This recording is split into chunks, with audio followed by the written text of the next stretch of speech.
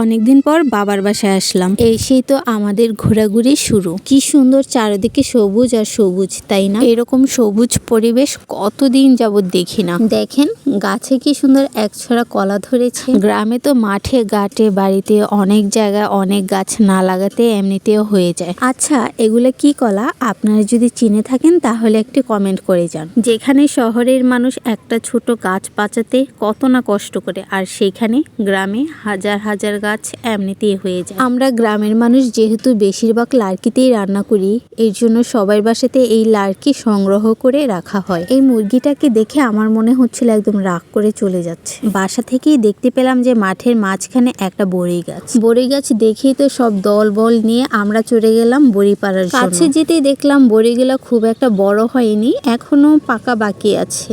তো সবাই মিলে একটু চেষ্টা করলাম কয়েকটা অন্তত পেরে খাবো সবাই মিলে। যেহেতু আমরা কোনো প্রিপারেশন নিয়ে যাইনি, সেহেতু আমরা এখান থেকে খুব একটা বড়ি পাড়তে পারলাম না। কিন্তু সেই ছোট্টবেলার মতো এই বাচ্চাগুলো দেখুন কিভাবে বড়ি পাড়ার জন্য কত চেষ্টা করতেছে।